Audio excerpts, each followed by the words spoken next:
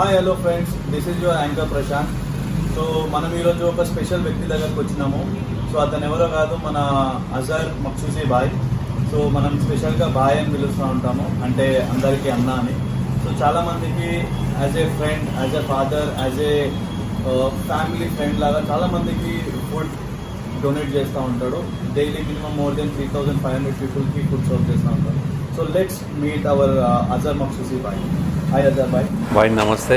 So how are you Azhar भाई? मैं ठीक हूँ, ऊपर वाले की दुआ से और आप सब लोगों के दुआ से आई एम फाइन. सो अजहर भाई, सो आज हम लोग आपको मिलने के लिए आया था.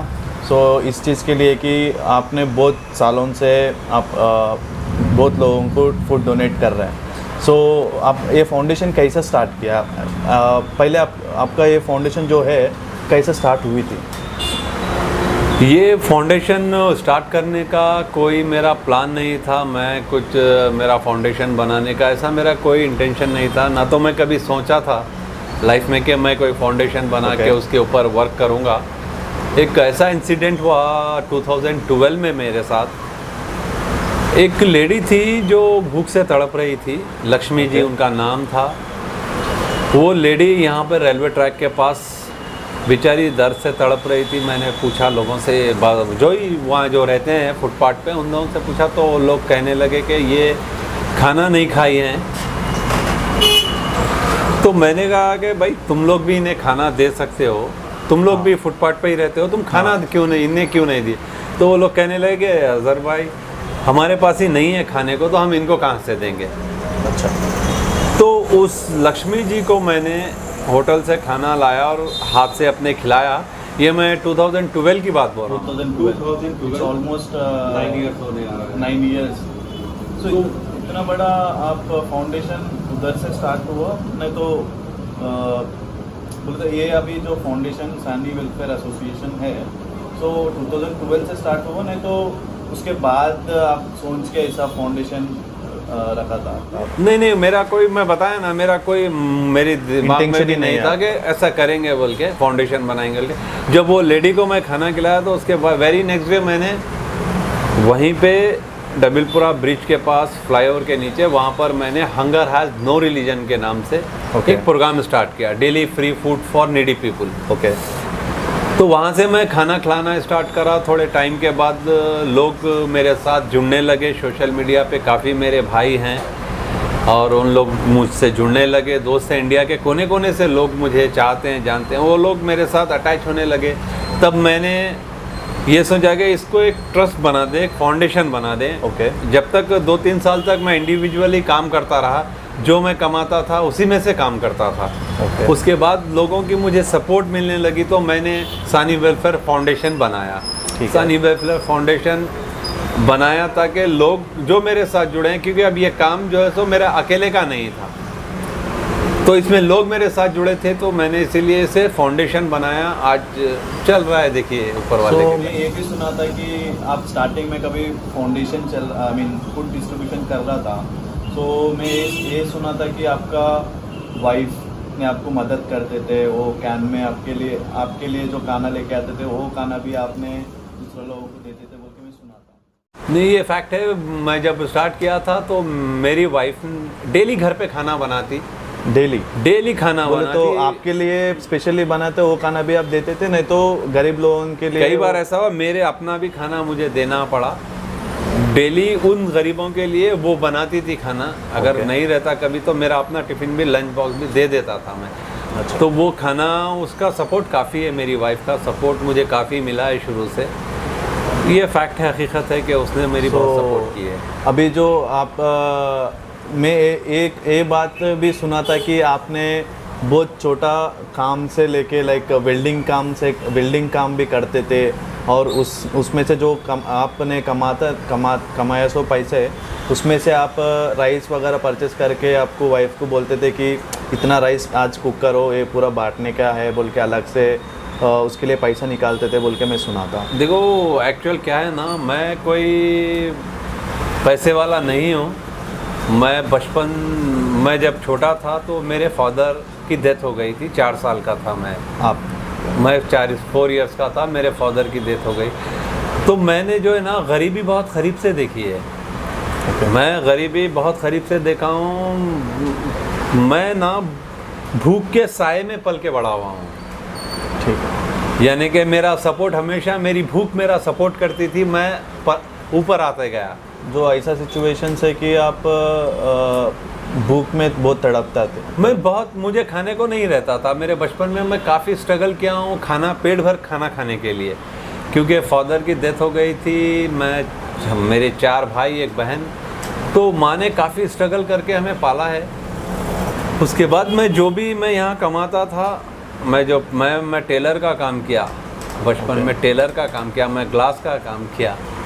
मैं अभी प्लास्टर ऑफ पेरिस का काम करता हूँ लास्ट 20 ईयर से। तो मैं जो कमाता हूँ उसमें से करीब 50-60% मैं अपने ये काम में इस्तेमाल करता हूँ। तो अज़हर भाई, अभी आप लोग भाई बहन, कुछ सिबलिंग्स है आपका? हाँ, मेरे भाई हैं, मेरी माँ हैं, मेरे 3 भाई हैं। 3 भाई। मेरे लोग भी ये आपके फाउंडेशन के साथ? नहीं, मेरे तो साथ अलग-अलग नहीं है। मेरे साथ कोई फैमिली मेम्बर्स में मेरे भाई सब मैरिड हैं और सब अपने अपने काम में हैं। काम में बिजी रहता है। काम में है। मैं अकेला ही इस फील्ड में हूँ। ये काम मैं कर रहा हूँ। अभी आप प्रेजेंट क्या काम करते हैं? साइमल्टेनियसली आप कुछ काम कर रहे हैं ना, तो कुछ बिजनेस वगैरह चला रहे हैं? नहीं, मेरा प्लास्टर ऑफ पेरिस का वर्क है। Okay. मेरा अपना बिजनेस है। 20 ईयर से मैं एक शॉप चलाता हूँ प्लास्टर ऑफ पेरिस का। वो इंटीरियर डिज़ाइनिंग में आता है। Okay. तो ये काम मैं कर रहा हूँ। सो आप फाउंडेशन स्टार्ट करने के बाद, इट्स ऑलमोस्ट 3 ईयर सर्विस के बाद आपने 4th ईयर में आप फाउंडेशन स्टार्ट किया। स्टार्ट करने के बाद आपका डिफ़िकल्टीज़ कैसा था इसमें? देखो, डिफ़िकल्टी स्टार्टिंग में, मैं जब स्टार्टिंग जो होता है ना, इंसान का जो स्टार्टिंग होता है वही काफ़ी तकलीफ से होता है। ओके। स्टार्टिंग पॉइंट ये आपका फर्स्ट स्टेप आपका जो है तो बहुत मुश्किल होता है। तब मैंने 2-3 साल तक मैं काफ़ी प्रॉब्लम फेस किया हूँ इस प्रोग्राम को चलाने के लिए। अभी देखो 3012 डेज़ हो रहा है आज आप मेरे साथ बैठे हैं। 3012 डेज़ हो गया है। तो 3012 डेज़ में कभी सिंगल डे भी वर्क रुका नहीं है, एक दिन भी मिस नहीं हुआ है। नहीं हुआ था। कंटिन्यूसली 3012 डेज से चल रहा है प्रोग्राम। सो ये 3012 डेज जो भी है, आप ईच डे अप्रोक्स कितना लोगों को आपने खाना बना के रखते हैं? करीब डेली जो है तो 350 to 400 मेंबर्स पर डे खाना बनता है। 350 to 400 पीपल में। आफ्टर आपका फाउंडेशन एस्टेब्लिश होने के बाद में बहुत सारा प्रोग्राम्स आपका प्रोफाइल में कंटिन्यूसली में फॉलो होता था कि लोग बेंगलुरु से, गुजरात से, पुणे से, इधर से दूसरा प्लेसेस से आपका फाउंडेशन के से करते हैं। सो आपने एस्टेब्लिश किया, नहीं तो आपको देख के उन लोग आपको कॉपी किया? नहीं, एक्चुअल क्या है मालूम, लोग इंस्पायर होके वो लोग भी करना चाह रहे थे। अभी हम बेंगलुरु में प्रोग्राम करते हैं, रोटी चैरिटी ट्रस्ट है, वो ट्रस्ट के साथ हम मिलके काम करते हैं। सो अज़हर भाई, आपका एक चीज़ बहुत वायरल हो गया था पूरा सोशल नेटवर्क में। एक कैंपेन में देखा था, ये 2 रोटी के लिए। वो एग्जैक्टली क्या है? वो 2 रोटी कैंपेन, मुझे एक्चुअल क्या है, सारे इंडिया से जितने भी यूथ हैं मुझे कॉल करते थे और हमेशा सब यही सवाल करते थे मैसेज करके कि अज़हर भाई, हम भी फूड डोनेशन करना चाहते हैं। हमारे पास या तो पैसे नहीं हैं या हमारे पास सर्कल नहीं है, मैन पावर नहीं है, हम इसको कैसे करें? तो मैं तभी हमारा जो कैंपेन है वो 2 रोटी कैंपेन तभी लॉन्च किया था मैं। मेरा उसका असल मेन मकसद ये था 2 रोटी कैंपेन का कि आप जब भी घर से निकलें, अपने ऑफिस को जाएं या आप स्कूल जाएं या कॉलेज जाएं, तो अपने साथ अपने घर में जो आप अपने लिए बनाते हैं रोटी, सवेरे रोटी आप ब्रेकफास्ट में रोटी लेते हैं, आप घर में जो भी आपके बनता है अपने लंच बॉक्स के अलावा एक्स्ट्रा 2 रोटी अपने साथ लेके निकलें। और वो रोटी आप घर से निकलें तब आप आपके पड़ोस में, अगर आप कोई नेबर, अगर आपका गरीब है, आप उसको दे दें रोटी। या जब आप सिग्नल पे जाएंगे तो आपको कई छोटे छोटे बच्चे, मासूम बच्चे, चिल्ड्रंस आपको पैसे मांगते नज़र आएंगे। तो वो रोटी आप उनको दे सकते हैं। ये पूछने वाला था, बहुत लोगों को लोग फूड के अलावा पैसे देना लग जाता है।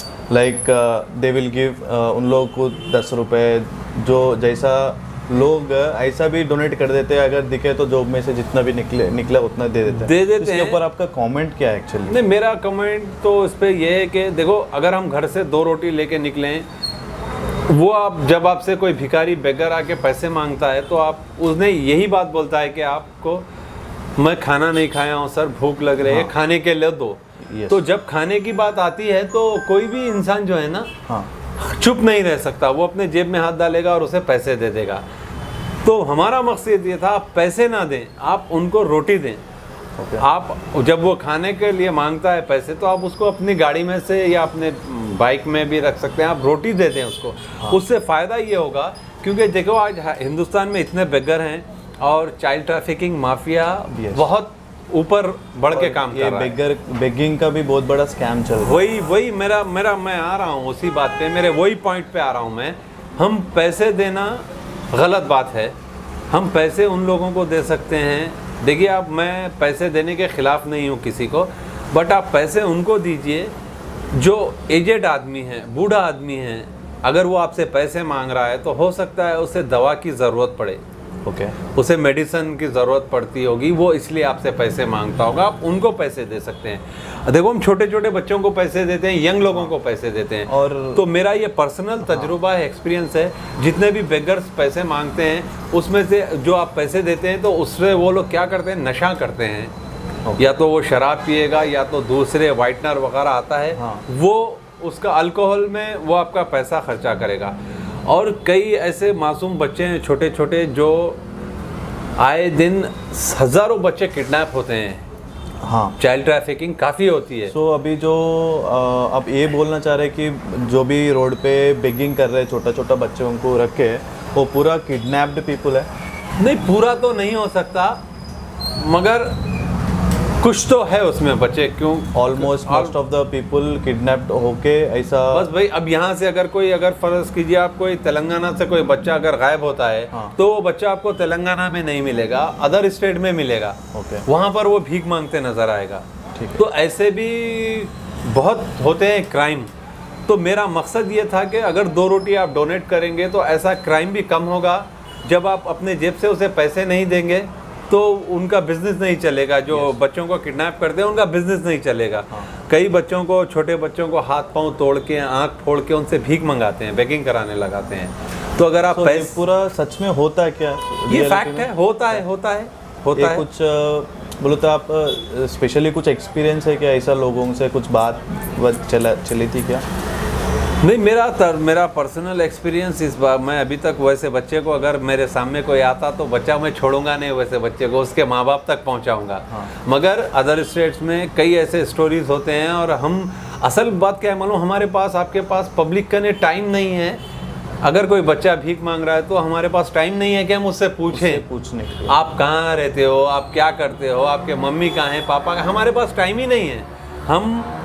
हम मतलब मैं अपने आप को बोल रहा हूँ, हम इतने बिजी हैं और हम सेल्फिश होते जा रहे हैं। तो हमारे पास टाइम नहीं है कि हम दूसरे की तकलीफ जाने। तो बच्चों को जब हम पैसे देंगे या यंग लोगों को पैसे देंगे तो कहीं ना कहीं उस पैसे का मिसयूज़ होगा। इसीलिए हमारा ये कैंपेन था, 2 रोटी, आप रोटी दीजिए। वो आपको खाने के लिए पैसे मांगता है तो आप रोटी दीजिए। आपके घर की रोटी, आपकी माँ के हाथ की बनी हुई रोटी एक दूसरा खाएगा तो वो हेल्थी रहेगा। तो मेरा ऐसा विश्वास था, इसीलिए मैंने एक कैंपेन स्टार्ट किया। अभी आप जो बोला था 2 रोटी का कैंपेन, वो एक्चुअली वेरी गुड आइडिया। उसके वजह से बहुत लोग पैसा देना बंद करे तो बेगिंग लोगों का जो स्कैमिंग इनकम है उसका कम हो जाएगा। उसके वजह से क्राइम रेट भी कम होने का चांसेस है। मेरा ये आइडिया था। हाँ, लोग ऐसा भी बोलते हैं, आप फंड आते हैं, फंड पर्सनल यूज़ के लिए, ऐसा रूमर्स है। सो इसके लिए उसमें जितना सच है झूठ है, आप उसका एक्चुअल कैसा है मालूम? अगर हमारे देश का सबसे बड़ा प्रॉब्लम क्या है मालूम? हमारे देश में अब क्या है मालूम, नफ़रत ज़्यादा हो चुकी है। वो भी है। एक दूसरे से लेके नफ़रत ज़्यादा हो चुकी है। ऐसा नहीं है कि सारे अच्छे हैं, ऐसा नहीं है कि सारे ख़राब हैं। हर कम्युनिटी में अच्छे भी लोग होते हैं, ख़राब भी लोग होते हैं। तो नेगेटिव पॉजिटिव दोनों हमारे साथ ही चलते हैं। तो बोलते हैं लोग, अगर हम लोगों की बातों पे ध्यान देंगे तो हम काम नहीं कर पाएंगे। हम आज 9 साल से हम काम कर रहे हैं, लोग बोलते हैं ऐसा फंड आता है तो ऐसा अपना यूज़ करते हैं, वैसा ऐसा बोलते हैं। देखो अगर आप एक मैंगो ट्री रहेगा, मैंगो ट्री है, अगर उस पर मैंगो लगे हैं तो आपका मन चाहेगा कि आप उस पर पत्थर मारें, एक मैंगो तोड़े, मैंगो इतने पत्थर तोड़ के खाने का मन लग जाए। हाँ, तो पत्थर मारेंगे ही मारेंगे। अगर आपको एक ट्री दिखेगा उस पर कुछ भी मैंगो नहीं है, खाली ट्री है, तो आप देखेंगे और आगे बढ़ जाएंगे। सो ये आप ऐसा बोल रहे हैं कि लोग आप जो काम कर रहे हैं वो काम को देख के नफरत हो के आपके ऊपर एलिगेशन सा कर रहे हैं? और होते हैं, वैसा होता है। देखिए अभी मैं जो लाइफ जी रहा हूँ वो पब्लिक लाइफ है। सो आपका जो फाउंडेशन अभी करेंटली चल रहा है उसका आपका सब कुछ गवर्नमेंट को दिखाने का डॉक्यूमेंट्स वगैरह सब कुछ? हाँ, मैं सारे काम जो है सो सारे काम मैं जो भी गवर्नमेंट के गाइडलाइंस होते हैं सारे उसी से मैं उसी के अंडर में काम करता हूँ। तो मेरा IT वगैरह सारा चीज़ एवरीथिंग विल बी सब पूरा कंप्लीट रहता है यार, क्योंकि हम काम कर रहे हैं। तो जब हम काम कर रहे हैं तो आपको ज़रूरत नहीं है, अगर आपके मन में अगर कुछ चोर है, अगर आपके मन में अगर मन आपका साफ़ नहीं है तो आप क्या करते हैं मालूम, आप बिल्कुल साफ़ नहीं होते, क्लियर नहीं होते हैं। और अज़हर मखसूसी एक ऐसा इंसान है जो मेरी किताब, मेरी जो बुक है वो सारी पब्लिक के सामने है। सारे मेरा परिवार है सोशल मीडिया का, हर मज़हब का मानने वाला, हिंदू, मुस्लिम, सिख, ईसाई, सारे जितने भी हैं मेरे भाई, सब मुझे अपना परिवार का हिस्सा मानते हैं। तो अज़हर मखसूसी क्या है, एक आईना है, एक ग्लास है जो ट्रांसपेरेंट है, जो दिखता है सबको। एंड बहुत लोग आपको इंस्पिरेशन लेके आपको प्रेस कर रहे हैं, मतलब अज़हर भाई ने बहुत अच्छा कर रहा है, सो अज़हर भाई ने बहुत मदद करता है। आप पर्सनली बहुत लोगों को बोले तो जो दूसरा NGOs है उन लोगों को मर्ज करके उन लोगों का फाउंडेशन को भी आप मदद कर रहे हैं बोल के मैं सुना था। हाँ, तो बोले तो आप वो शो ऑफ करने के लिए कर रहे हैं, नहीं तो आप अकेला कर सकते हैं ऐसा बोल के उन लोगों को मदद कर रहे हैं, ऐसा कुछ नहीं। देखो हमारा सबसे बड़ा हमें क्या होना चाहिए मालूम, आपका मन साफ होना चाहिए और आप सबसे पहले विश्वास करना सीखिए। आप लोगों पे विश्वास करना सीखिए। देखिए जब तक हम विश्वास नहीं करेंगे, अगर लोगों पे भरोसा नहीं करेंगे, हम कुछ नहीं कर सकते। और कई लोग ऐसे हैं जो काम करना चाहते हैं बट उनके पास आइडिया नहीं है, उनके पास सोर्स नहीं है, लाइक गाइडेंस नहीं है। अभी ऊपर वाला ने मुझे दिया है, मुझे लोग सपोर्ट कर रहे हैं, तो क्यों मैं इस काम को आगे क्यों ना बढ़ाऊं? डेफिनेटली, क्योंकि हर रात जो है ना 20 करोड़ लोग हमारे देश में भूखे सोते हैं। और कई लोग भूख की वजह से मरते हैं। ये हमारा देश का सबसे बड़ा मुद्दा है। अगर इसके लिए मुझे लोगों पे ट्रस्ट करना पड़ेगा तो मैं 100% करूँगा और मैं कर रहा हूँ। तो काम आगे बढ़ने से मतलब है मुझे। अगर हम किसी को शक की नज़र से देखेंगे, डाउटफुल नज़र से अगर हम देखेंगे तो हम कभी कोई काम सक्सेस नहीं होगा। अगर आप लोगों पे विश्वास करना सीखेंगे तो लोग आप पे विश्वास करेंगे। जो आप बोल रहे हैं विश्वास के ऊपर पूरा चलता है? हाँ, विश्वास। मेरा तो यही मानना है, मेरा काम करने का तरीक़ा, मेरे फाउंडेशन का मेरा काम करने का तरीक़ा थोड़ा डिफरेंट है। मैं कभी भी आपका प्रोग्राम्स देखता हूँ, जो आप करते हैं पूरा विश्वास रख के और प्यार से करते हैं। लोग भी यही बोलते हैं कि अज़हर भाई ने बहुत प्यार करते हैं सब लोगों से।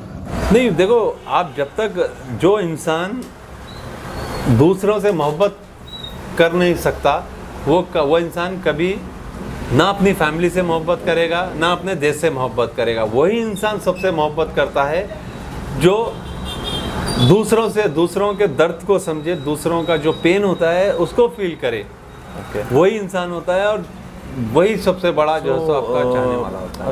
अज़हर भाई, अभी आपका मेजर गोल, अभी फाइनली आपका मेजर गोल में तो टारगेट क्या है? अभी इतना एक्सपैंड हुआ आपका फाउंडेशन कि इंडिया में सब लोग जानते हैं आपको। इधर भी स्टेट गए तो अज़हर भाई बोले तो लोग जानते हैं कि अज़हर भाई के नाम पे बहुत कुछ चलता है, लाइक फूड डिस्ट्रीब्यूशन चलता है, कपड़ा बांटते हैं आपके नाम पे। तो अभी इतना काम चल रहा है, इसके अलावा इससे बड़े कुछ अदर गोल है क्या आपका? देखो मेरा सबसे बड़ा गोल यही है कि यही मेरा टारगेट है कि मेरे देश में कोई भूख से ना मरे, कोई भूख से ना मरे, हर किसी को खाना मिले। ओके। ये मेरा सबसे बड़ा गोल है और मैं कश्मीर से लेके कन्याकुमारी तक मैं काम करना चाहता हूँ। ओके। हर वो गांव में मैं काम करना चाहता हूँ, हर वो सिटी में मैं काम करना चाहता हूँ जहाँ पर लोग भूखे हैं। मेरा सबसे बड़ा मकसद ये है कि हमारे देश से भूख ख़त्म हो जाए। वर्ल्ड हंगर इंडेक्स रिपोर्ट आया था तो लास्ट ईयर 2019 में, तो हमारा जो प्लेस था वो 102 प्लेस था। 102 प्लेस, 102। तो आप हमसे ऊपर जो है ना पाकिस्तान है, हमसे ऊपर बांग्लादेश है, हमसे ऊपर नेपाल है। वहाँ पर भूख कम है। मैं मानता हूँ हमारे देश में 130 करोड़ आबादी है, मगर हमारे देश में दुनिया के टॉप 10 मिलियनर्स में से एक हमारे देश का भी है। देश का है, बहुत लोग हैं, बहुत लोग हैं मिलियनर। तो ये हमारा हकीकत है। तो हम इसके ऊपर हमें काम करना चाहिए, हर यूथ को इस पे काम करना चाहिए। भूख पहले देखो, अगर आपको भूख अगर आपको रहेगी तो क्राइम कहाँ से जन्म लेता है? क्राइम का जो फर्स्ट स्टेप होता है कहाँ से होता है? लोग से होता है। बोल तो उन लोगों का माइंडसेट से होता देखो है। माइंडसेट कब होता है मालूम इंसान का? जब इंसान माइंड उसका कब डिवाइड होता है क्राइम की तरफ? जब उसके पेट में खाना नहीं होता है, नहीं मिलेगा, जब डेफिनेटली वो चोरी करेगा, कुछ ना कुछ सोचेगा, वो कुछ क्राइम करके कमाने के लिए सोचेगा, खाना खाने के लिए सोचेगा, कम से कम वो एक ब्रेड लेके भागेगा। यस। देखो अभी एक लास्ट 2 इयर्स बैक केरला में या कहीं स्टेट में, मैं बराबर याद नहीं है, एक मधु नाम का मेंटली डिसेबल आदमी, ओके, वो गांव में जो सो वो एक रोटी ब्रेड लेकर वो एक शॉप पे से वो ब्रेड ले लिया, ले लेके वो भाग रहा था। ओके। तो लोगों ने उसे मारा, इतना मारा लोगों ने उसे, वो हॉस्पिटल को जाते जाते मर गया। उसका क्राइम क्या था? वो उसने एक ब्रेड उठा लिया। वो मेंटली डिसेबल था, वो दिमागी ठीक आदमी नहीं था, उसे भूख लग रही थी। देखो अगर इंसान का दिमाग, अगर डिसेबल इंसान भी रहेगा, अगर उसका दिमाग ठीक भी नहीं रहेगा तो कम से कम वो भूख को फील करता है। तो उसने वो ब्रेड उठाया। एक ब्रेड के लिए एक आदमी मर गया। आप गूगल पे सर्च कीजिए, मधु नाम से आपको मिलेगा 100%। ऐसा लोग भी रहते हैं क्या अजहर भाई ए जनरेशन? मैं आपको बताया ना, अच्छे लोग भी हैं, बुरे भी लोग हैं, पॉजिटिव नेगेटिव। इतना नॉलेजेबल इतना नॉलेजेबल प्रेजेंट जनरेशन पे एक रोटी के लिए, एक बन के लिए वो चोरी किया था, उसको उतना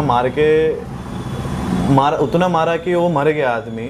सो ह्यूमैनिटी किधर जा रहा है? हाँ, तो वही तो बता रहा हूँ मैं लोगों में। मैं अभी आपको बताया ना कि लोग खुदगर्ज हो रहे हैं, सेल्फिश हो रहे हैं, सेल्फिश हो रहे हैं। एंड उन लोगों का मोटिव ऑफ थिंकिंग चेंज होना चाहिए। वो चोर है, चोर चोर चोर बोल के उसे मार दिया। बाद में पता चला कि वो बेचारा दिमागी ठीक नहीं था, उसे भूख लग रही थी, वो झाड़ों में जंगल में रहता था, उसे भूख लगी तो वो यहाँ पर हम इंसानों के बीच में आया और हम इंसानों ने उसे जानवर की तरह ख़त्म कर दिया। ये एक हकीकत है। सो अजहर भाई, फाइनली अपन का यूथ को क्या बोलना चाह रहे हैं आप?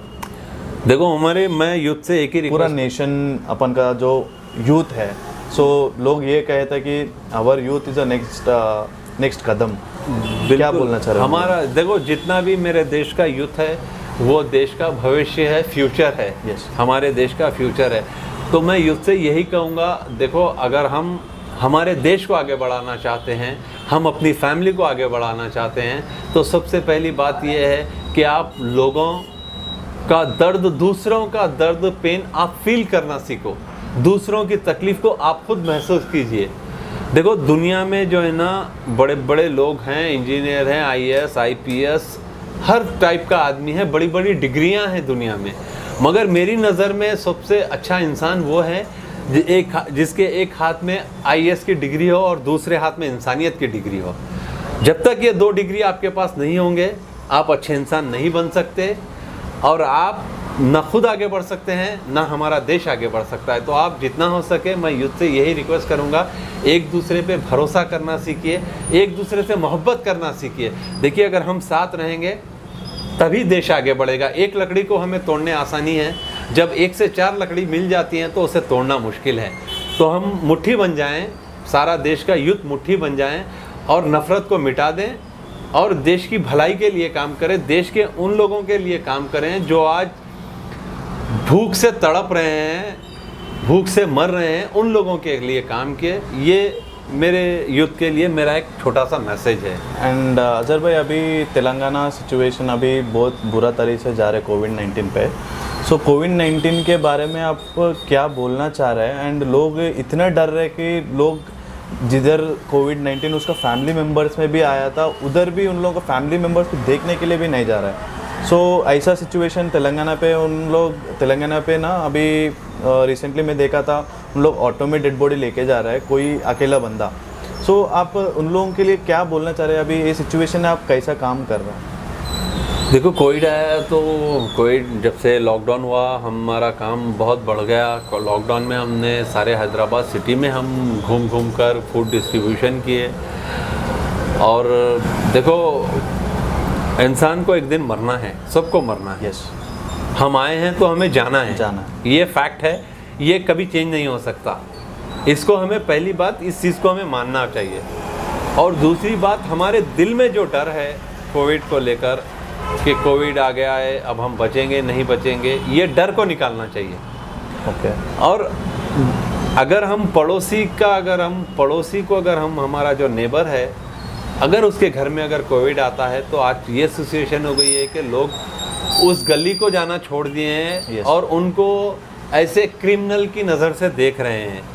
ऐसा नहीं होना चाहिए यार। जब कोई बीमार होता है, जैसा कोविड जैसा बीमारी उसको है, तो आप उसको हिम्मत देना चाहिए। यार, तुम ठीक हो जाओगे, हम आपके साथ हैं। मोटिवेट करना चाहिए उन्हें ये कहना चाहिए कि हम आपके साथ हैं, आपको कुछ नहीं होगा। अरे यार, मरना तो सबको है, फिर डर किस बात का है? अगर आप अपने नेबर के साथ अगर सही बिहेव नहीं करेंगे तो ये बात बहुत गलत है। कई लोग हैं जो आज मैं देखता हूँ न्यूज़ में आ रहा है, सोशल मीडिया पे देखता हूँ कि उस गली में अगर कोविड हो गया तो लोग आ नहीं रहे हैं। कहीं अगर कोई डेथ हो जाती है तो उसके फैमिली मेम्बर्स नहीं आ रहे हैं, उसके रिलेटिव्स कोई नहीं आ रहे हैं। ये बात गलत है। देखिए, सबको मरना है, जो भी एहतियात करना है, हमें सावधानी बरतना है। हम वो सावधानी के साथ हम उनका साथ दे सकते हैं।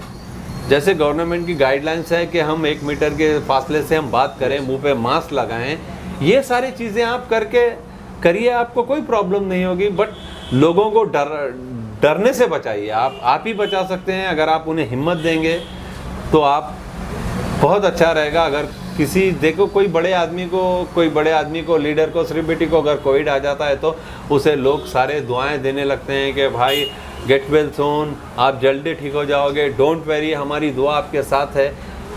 जिसको आप सिर्फ पर्दे पे या आप उसको कोई भाषणों में देखते हैं, उस लीडर के लिए आप इतने दिल में मोहब्बत रखते हैं। आपका पड़ोसी जब इस हाल में है तो आप उसके लिए क्या दुआ नहीं करोगे? क्या आप उसको नहीं कहोगे गेट वेल सून, जल्दी ठीक होके आ जाओ? तो यार, पहले अपने पड़ोसी का ख्याल करो, अपने मोहल्ले का ख्याल करो, अपने स्टेट का ख्याल करो, अपने इंडिया का ख्याल करो, वो बेटर रहेगा। तो प्लीज़ मैं सबसे रिक्वेस्ट करता हूँ कि जो भी कोविड पेशेंट है उनकी फैमिली के साथ अच्छा बिहेव कीजिए और उन्हें हिम्मत दिलाइए। नज़र भाई, आपका प्रोग्राम्स देखे अभिषेक बच्चन सर ने आपको इनवाइट किया था एंड सलमान खान जी ने भी आपको इनवाइट किया था। अभी लेटेस्ट न्यूज़ में अभी अमिताभ बच्चन को और उसका फैमिली जो भी है, उन लोगों को कोविड-19 है बोल के न्यूज़ आया था। सो वो सच है क्या? नहीं, मैं भी न्यूज़ में देखा हूँ कि उन्हें कुछ अपडेट ले लिया, बोला था? नहीं, मैंने अमित जी ने अपने सोशल मीडिया अकाउंट्स पे, ट्विटर पे वगैरह उन्होंने खुद डाला है, इस बात को एक्सेप्ट किया है कि उन्हें कोविड हुआ है। तो ये बीमारी किसी को भी हो सकती है। कोविड कोई बड़ी बीमारी नहीं है। अगर हम उसका मजबूती के साथ सामना करें तो इसके लिए कोई आप कुछ अपडेट ले लिया था अमिताभ बच्चन? नहीं, मैं तो उनका बस सोशल मीडिया अकाउंट से ही मुझे पता चला कि उन्हें ये प्रॉब्लम हुई है। तो मेरी दुआ तो अमित जी के साथ है और उस गरीब के भी साथ है जो झोपड़ी में कोविड से बीमार है। उसके साथ भी मेरी उतनी हमदर्दी है जितनी अमित जी के साथ हैं। तो मेरी दुआ तो सारे इंडिया के लोगों के लिए जो इस बीमारी से लड़ रहे हैं, जो बीमार हैं।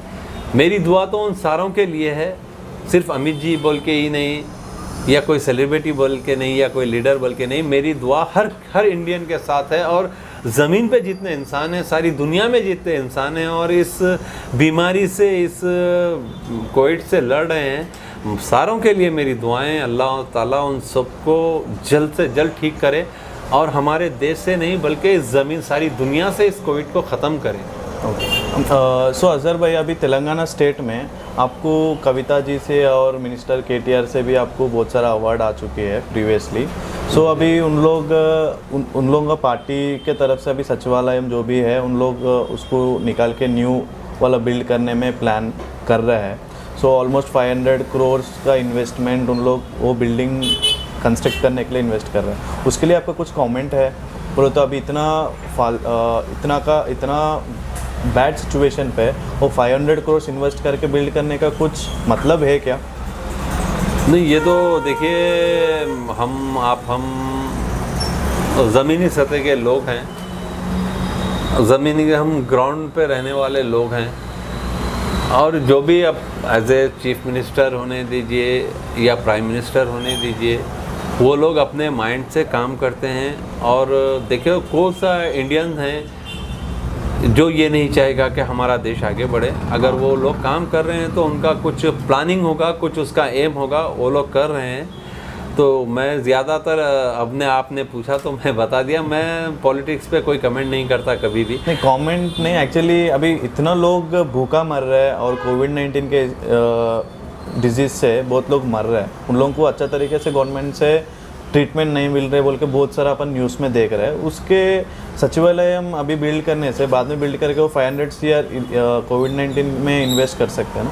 देखो, मैं आपको अभी तक 3 बार बता चुका हूँ, पॉजिटिव नेगेटिव दोनों हैं, अच्छाई बुराई दोनों हैं। अगर कोई बोलता है कि गवर्नमेंट ने सही काम नहीं किया, ट्रीटमेंट सही नहीं हो रहा है, फिर हम दूसरी तरफ देखते हैं कि गवर्नमेंट बहुत अच्छा काम कर रही है, बहुत अच्छा ट्रीटमेंट हो रहा है, वो भी है। तो दोनों देखो, अच्छा बुरा दोनों हैं। अब तेलंगाना में करीब 3.5 करोड़ के ऊपर पॉपुलेशन है स्टेट में, मेरे हिसाब से लगभग इतना ही होगा या उससे बढ़ के होगा।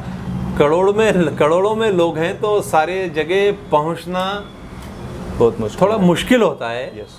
तो गवर्नमेंट मेरे हिसाब से अपना काम कर रही है, जो भी काम कर रही है गवर्नमेंट काम कर रही है, और जितने NGOs वाले हैं वो लोग भी काम कर रहे हैं। तो डर से लोग आधे बीमार पड़ जा रहे हैं। हाँ। मैंने जैसा कहा, डर, ये कोविड के लिए डरना नहीं चाहिए। यस। अगर डर नहीं रहेगा तो आप बिल्कुल ठीक हो जाओगे। सो अजहर भाई, मैं फाइनली एक बात आपसे पूछना ज़रूरत है। सो आपका 2 बेटा है ना? हाँ, 2 बेटे हैं। 2 बेटा भी बहुत एक्टिव रहता है क्रिकेट में। सो उन लोगों का कुछ फ्यूचर प्लान है क्या इंडियन क्रिकेट टीम में भी जाने का? देखो, उनका प्लान, मेरा प्लान ये है कि मेरे लड़का एक डॉक्टर बने। डॉक्टर ऑलरेडी बनना मेरा ड्रीम है। ओके। अभी जब से कोविड आया है तो मैं तो अपने उसको टारगेट बना लिया हूँ, और मेरा लड़का भी बस अपना गोल बना लिया है कि मुझे बेहतरीन डॉक्टर बनना है, और मुझे सोसाइटी के लिए काम करना है। ओके। और बड़ा लड़का जो है मेरा, वो क्रिकेट खेलता है। अभी वो अगर ऊपर वाला चाहेगा, अगर आप सब लोगों की दुआ रहेगी तो वो खेलेगा।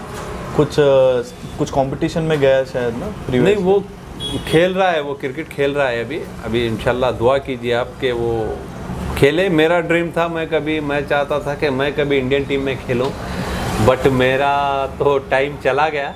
इंशाल्लाह मेरा बेटा, अल्लाह ने चाहा तो वो खेलेगा इंशाल्लाह। एंड ये जो फाउंडेशन के सब फाउंडेशंस आप स्कूल स्टार्ट किया था और कुछ टेलरिंग वाला, उसके लिए आप कुछ बोल सकते हैं? क्या क्या आप इनोवेट किया था, यूज़फुल थिंग्स, आप 8th क्लास तक स्कूल स्टार्ट किया था? हमने ट्यूशन, हम फ्री ट्यूशन क्लास चलाते हैं। Okay. 10th क्लास स्टूडेंट्स के लिए।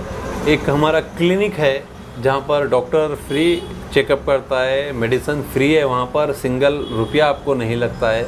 हमने मोबाइल टेक्नीशियन वर्क स्टार्ट किया था यूथ के लिए। Yes. वो मोबाइल सीखें, और हमने टेलरिंग सेंटर स्टार्ट किया था। ये पूरा फ्री ऑफ कॉस्ट, फ्री ज्ञान उन लोगों को सिखा रहे हैं, बस फ्री में सिखा रहे हैं हम, जो गरीब लोग हैं उन लोगों के लिए। और देखो, मेरा काम ऐसा है, मैं हमेशा यही चाहता हूँ कि जो ज़रूरतमंद है, जो नीडी है, वो काम करें, वो आके आपके पास। हाँ, और कोई भी आ सकता है। हाँ, ऐसा नहीं है कि भाई वो गरीब है या अमीर है। देखो, वही आएगा जिसको ज़रूरत है। तो अब हम उसमें कैटेगरी करना मैं ठीक नहीं समझता कि ये सिर्फ गरीबी के लिए या मिडिल क्लास के या लोअर मिडिल क्लास, ऐसा नहीं। जिसको भी ज़रूरत है अगर सीखने की वो आए और सीखें। मेरा काम सबके लिए है, मेरे काम की कोई सीमा नहीं है। हम फूड भी डिस्ट्रीब्यूशन करते हैं, तो हमारे प्रोग्राम का नाम ही हंगर हैज़ नो रिलीजन है। भूख का कोई मज़हब नहीं होता, वहाँ पर कोई भी आके खाना खा सकता है। तो मेरे सारे काम यही हैं, इंसानियत के लिए मेरे सारे काम हैं। सो फाइनली अजहर भाई, थैंक यू सो मच। सो अपन हमारा व्यूअर्स के लिए आप क्या बोलना चाह रहे हो एक वन लाइन में? सो क्या कैसा रहना चाहिए? बस देखिए, प्यार दो, प्यार लो, मोहब्बत से रहो, मोहब्बत से जियो। वाह, बहुत बहुत शुक्रिया। अस्सलाम वालेकुम, हिंदुस्तान जिंदाबाद। प्लीज़ इस चैनल को सब्सक्राइब कीजिए, लाइक कीजिए, शेयर कीजिए। हमारे जो एंकर हैं बहुत ही टैलेंटेड हैं और मैं अपने छोटे भाई की तरह मानता हूं और मेरा ये फैमिली मेम्बर है। तो ऐसे नौजवानों को आप मोटिवेट कीजिए, इनको हिम्मत दिलाइए। तो प्लीज़ शेयर कीजिए, लाइक कीजिए। Thank you.